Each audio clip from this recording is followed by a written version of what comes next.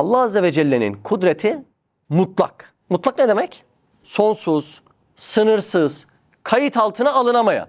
Peki Allah Azze ve Celle'nin kudretinin mutlak olduğunu yarattığı kainat kitabına baksam acaba anlayabilir miyim? Bakalım anlayabilir miyim? Şimdi benim şu suyu 5 saniye havada tutmam ve 5 saat havada tutmam arasında fark olur mu? Olur. Ne farkı? Kuvvet farkı olur. Peki mesela bir tane suyu tuttum, rahatça kaldırdım.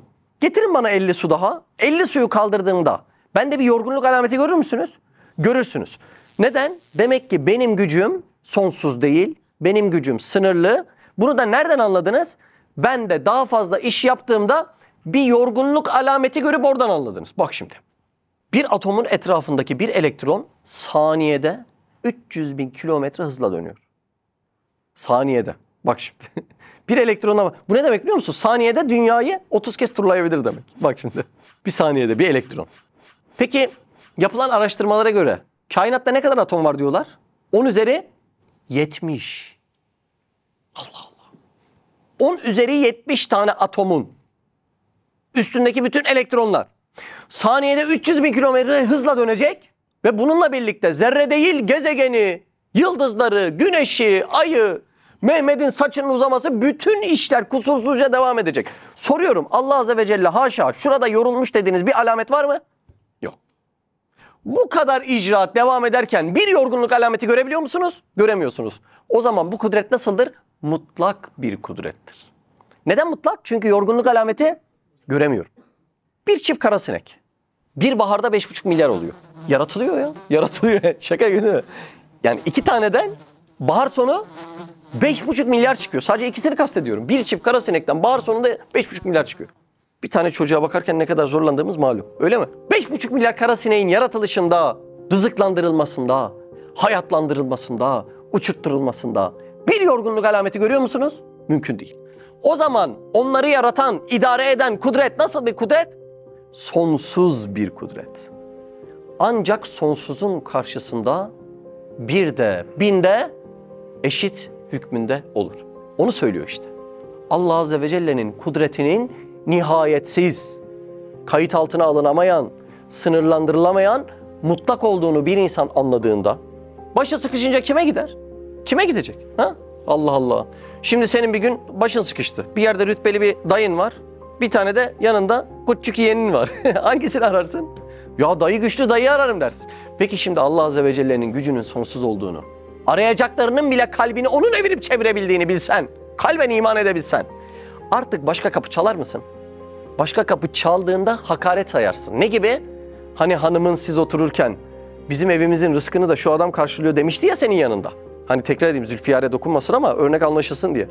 Orada ağrına gidiyordu değil mi? Nasıl benim karşımda böyle bir şey der? Onda da edepsizlik sayarsın. Allah'ın sonsuz kudreti karşısında şunlar kudret mi de kalbi alakamı bunlara vereyim der. Utanır, haya edersin. Haya edersin, haya. Sonsuz sonsuz. Kudret her şeye yeter. Seni mutlu etmeye de yeter mi kudreti? Ya şimdiye kadar mutlu eden kim ya? Bak bu haram ne demek biliyor musun? Haramın Türkçesi. Haşa Allah Azze ve Celle'ye şöyle diyebilmek yani. Haşa. Ya Rab sen köşede dur. Ben şunlarla mutlu olacağım demek. Buna haram deniyor. Sonsuz kudrete bu denir mi ya? Denir mi? Denmez değil mi? Denmez. Demek ki biz Allah'ı tanıyamamışız.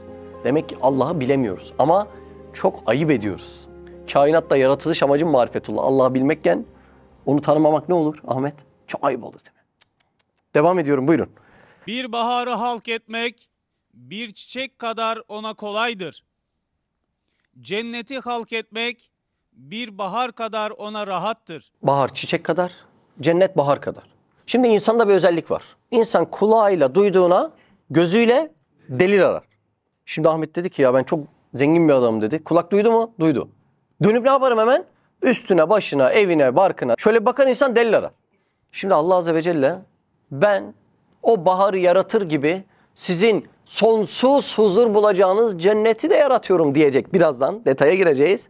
Ona da delil nedir biliyor musunuz? Az önce kainatta gördüğünüz mutlakiyet sırrı.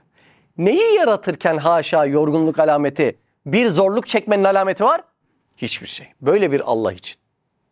Bir kul onu razı etse. Cenneti yaratmak nedir ki? Allah Allah.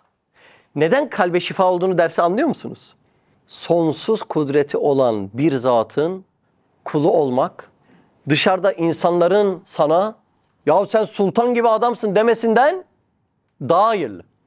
Dışarıda mesela hitap vardır değil mi? Kral diye. Biz de kullanıyoruz onu değil mi? Kral. Burada mısın? Kral seni tenzih ediyorum. Şimdi dışarıda bir adama kral dediğinde o adam kral olmaz. Doğru mu? Allah Allah. Ya sen sultan gibi bir adamsın falan. O adamın ne iktidarı var ki seni sultan etsin? Anca dilde.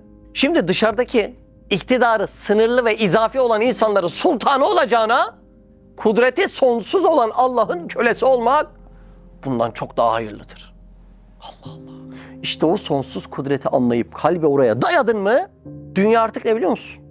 Ahirete gidene kadar imtihanlar serüveni, şunu da bitireyim, bunu da bitireyim, bunu da bitireyim deyip gideceğimiz bir yer. Ne kadar kalbi rahatlatan bir şey.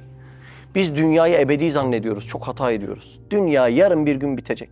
Çok kısa bir vakitte bitecek. Şu hakikatleri anlamadan biterse o zaman derdimiz bitmeyecek, sonsuz kalacak. Allah muhafaza. Buyurun. Her günde, her senede, her asırda yeniden yeniye icat ettiği hadsiz mahsulatı Nerede icat ediyor? Kainatta değil mi? Baharda. Evet, cümleyi baştan al, çok önemli cümle.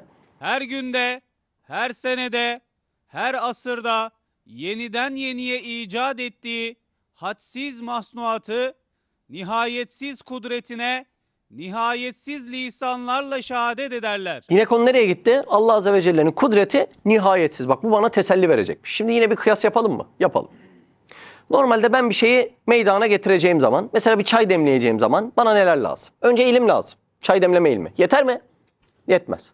Daha sonra irade lazım bana. Çayı demlemeyi, demlememeye tercih etmek. Yeter mi? Yetmez. Bir de bana ne lazım? Kudret lazım. Bu üçü bir araya gelecek ki Mehmet size çay getirsin. Oho, bir de bekleyeceksin tabii.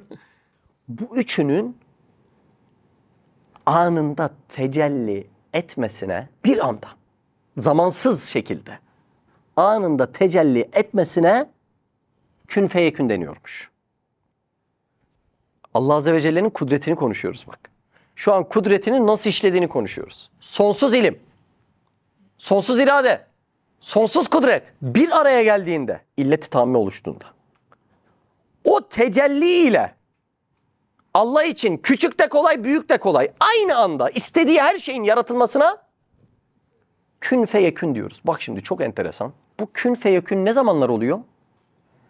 Her an saçının telinde, gökyüzündeki yıldızda, güneşteki helyum patlamalarında. Bak Allah Allah. Mesela şöyle burnunu böyle yaptın ya.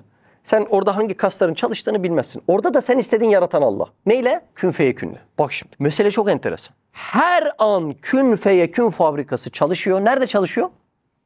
Her yerde bak, her yerde. Kaşında gözünde her yerde çalışıyor. Ve bu Allah Azze ve Celle'yi meşgul etmiyor. Allah Allah. O nasıl ya?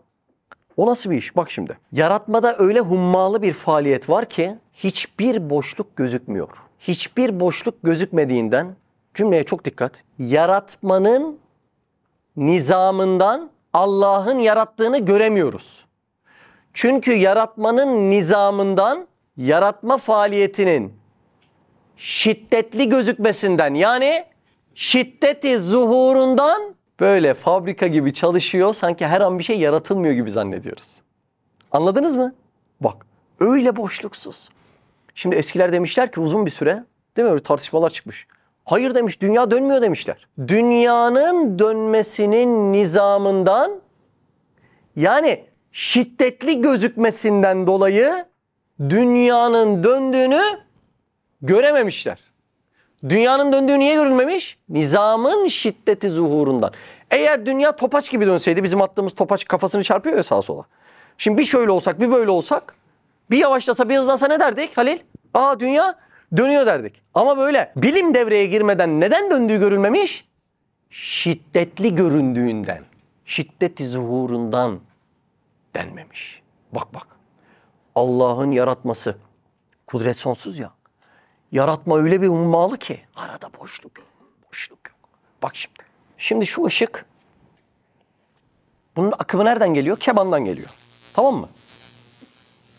Kebandan bu ışığa düzenli akım gelmese ben bu ışığı düzenli göremem. Halbuki normal şartlardaki bir floresan saniyede 50 kez aç kapa yapıyor, biliyor musunuz? Ama gözümüz yetişemiyor ona. Mesela kuvvetli bir kamerayla çekerseniz o aç kapaları görürsünüz. Ben o aç kapaları görmüyorum. Yani aradaki boşlukları görmüyorum. Nasıl oluyor da sürekli ışığı görüyorum? Akımın şiddetli gelişinden dolayı. Şimdi akım şiddetli geldiğinden ışık düzenli yanıyor ya. Yaratma eylemi de şiddetli ve sürekli olduğundan dolayı Mehmet şu an sizinle konuşabiliyor. Yani Allah beni bir kez mi yarattı? Hayır. An ve an.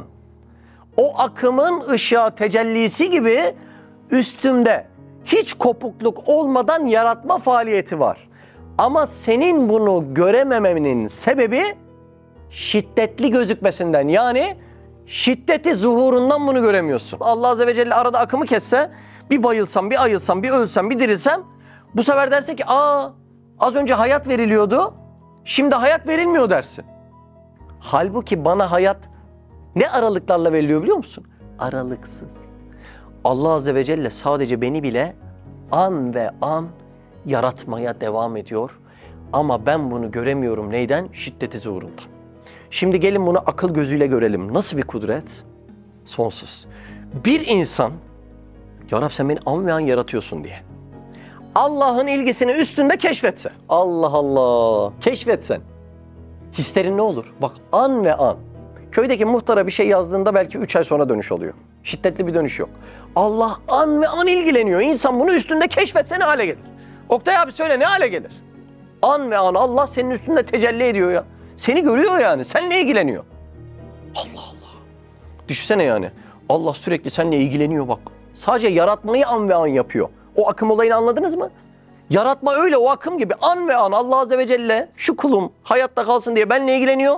Ben de okey masasında taş vuruyorum. Ayıp olmuyor mu? Ayıp olmuyor mu? Allah an ve an seninle öyle ilgilenecek, sen de içki masasında kadeh vuracaksın. Ayıp olur mu olmaz mı? Kainatın sahibi seninle alakadar. Sen 3 kuruşluk meselelerle alakadarsın. Oluyor mu? Allah Allah. Demek Allah'ın kudreti demek. Allah sonsuz kudret. Buraları yarattı değil sadece. Bak senin de üstünde tecelli var. Sen o tecelliyi keşfedersen başka bir sevgiye, merhamete ihtiyaç duymayacaksın. Olay nerede biliyor musun? Bu iman derslerini alıp keşfetmekte. Allah zaten tecelli ediyor sana. Sen ne yapmıyorsun ama? Keşfetmiyorsun. Şimdi şuradan arkadan biri saçımla oynasa insan sevmez değil mi? Döner bir uyarır yani. Hayırdır kardeşler? Ama bir döndüm arkada anamı gördüm. Anamın okşaması nedir? Merhamettir ya. Memnun olurum. Ya ana sen buralara kadar zahmet mi ettin geldin? Şimdi sen o tecelliyi görsen, bir dönsen Allah Azze ve Celle.